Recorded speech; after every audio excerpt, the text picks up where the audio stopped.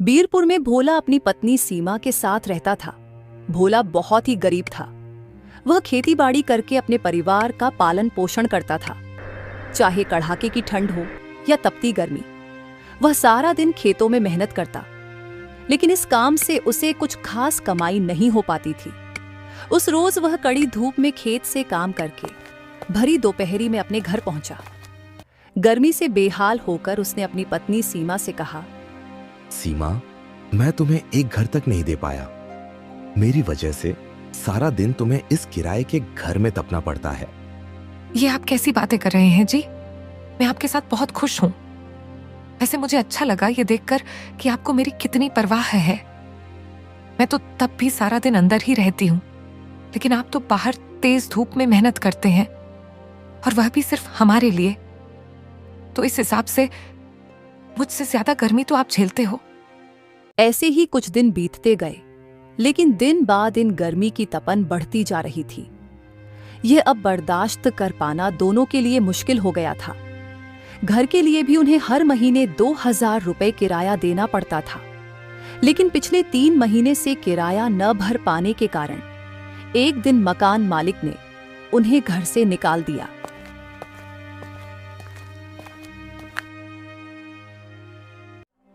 अपने पास एक छत थी जो इस गर्मी से बचा सकती थी, लेकिन वह भी हमसे छिन गई। अब हम इस भीषण गर्मी में कहां जाएंगे? सीमा ने तुरंत एक उपाय निकाला। मेरे पास एक जुगाड़ है।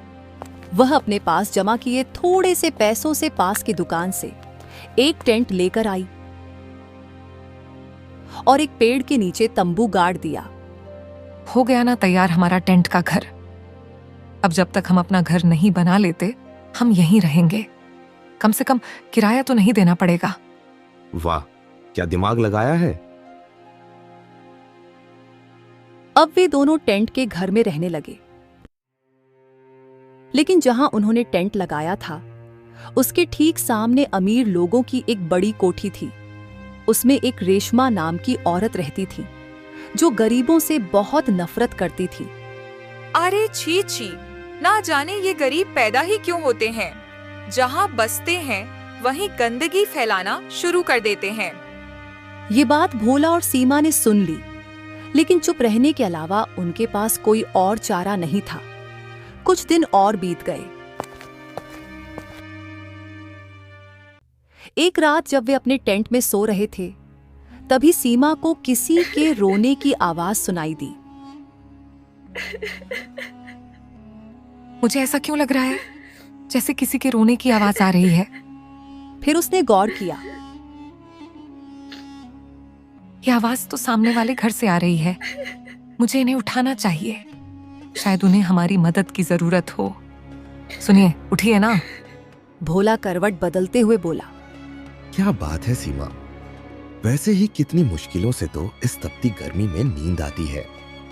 सुनिए, वह सामने वाली रेशमा दीदी के घर से किसी के रोने की आवाज आ रही है।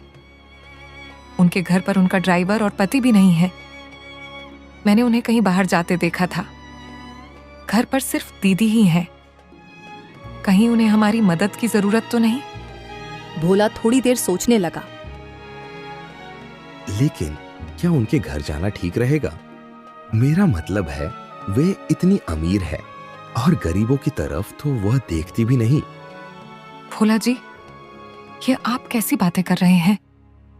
इस समय अमीरी गरीबी की नहीं, इंसानियत की बात है। हमें एक बार उनके घर जाकर देखना चाहिए कि आखिर माजरा क्या है। सीमा, शायद तुम ठीक कह रही हो। चलो सीमा, देखते हैं। दोनों रेशमा दीदी के घर पहुंचे। वहां जाकर उन्होंने देखा कि रेशमा लेटी होती है और रो रही थी। क्या हुआ रेशमा दीदी, आप रो क्यों रही हैं? बहन, मैं गर्भवती हूँ। अचानक मेरे पेट में बहुत तेज दर्द उठा और मैं बेहोश हो गई थी। मुझे कुछ समझ नहीं आ रहा, मैं क्या करूं? आप घबराइए मत दीदी, हम अभी तुम्हें अस्पताल ले चलते हैं। लेकिन हम अस्पताल कैसे जाएंगे? मेरे पति और ड्राइवर शहर से बाहर गए हैं। घर में सिर्फ एक गाड़ी है। तो एक काम करिए, मैं तुम्हें मेरे ट्रैक्टर में बैठाकर अस्पताल ले चलता हूँ। नहीं नहीं, ऐसी हालत में ट्रैक्टर में जाना ठीक नहीं रहेगा। भोला भैया, क्या तुम गाड़ी चलाना जानते हो? जी हाँ, लेकिन आपकी गाड़ी में बैठना, मैं गरीब होकर आपकी इतनी बड़ी कार मैं कैसे बैठ सकता हूँ? अब ये सब सोचने का वक्त नहीं है, आप जल्दी से गाड़ी निकालिए। फिर भोला ने तुरंत गाड़ी निकाली और अस्पताल पहुंचा। सही समय पर इलाज मिलने से रेशमा और उसके बच्चे की जान बच गई। उसने एक प्यारे बेटे को जन्म दिया। रेशमा बहुत खुश हुई। अगर तुम दोनों नहीं होते तो ना जाने क्या अनहोनी हो जाती। ये आप कैसी बातें कर रही हैं दीदी? ये तो हमारा फर्ज था। कुछ दिन बाद जब रेशमा अस्पताल से लौट रही थी, तब उन्होंने देखा कि भोला धूप में खेत में हल चला रहा था। उसका सारा बदन पसीने से तरबतर था। उन्हें उस पर दया आ गई। 2 दिन बाद वह सीमा के टेंट वाले घर में मिठाई का डिब्बा लेकर पहुंची, लेकिन टेंट में घुसते ही उनके होश उड़ गए। उफ, यहाँ तो कितनी तपन है। तुम लोग कैसे इतनी गर्मी में टेंट में रह पाते हो? हमें तो आदत हो गई है दीदी। आप तो पहली बार आई हैं, इसलिए आपको गर्मी लग रही है। खैर, बताइए दीदी, आज हमारे इस गरीब खाने में कैसे आना हुआ? मैं अपने बेटे के जन्म की खुशी में यह मिठाई देने आई थी। कुछ दिन मुझे अस्पताल में ही रहना पड़ा, इसलिए आज आई हूँ। लेकिन सच कहूँ, तुम्हारा यह टेंट का घर देखकर मुझे बहुत बुरा लग रहा है। मैं इस टेंट के घर में भी बहुत खुश हूँ दीदी। अगर मैं खुश नहीं रहूंगी तो मेरे पति को बहुत दुख होगा, और मैं ये नहीं चाहती। रेशमा को एहसास हुआ कि सच्ची खुशी अमीरी से नहीं, बल्कि आपसी प्रेम और सम्मान से मिलती है। उन्होंने भोला को अपने यहाँ ड्राइवर की नौकरी दे दी और रहने के लिए एक अच्छा कमरा भी दिया। कुछ समय बाद रेशमा को भी उनके घर में रसोइयां बना लिया गया।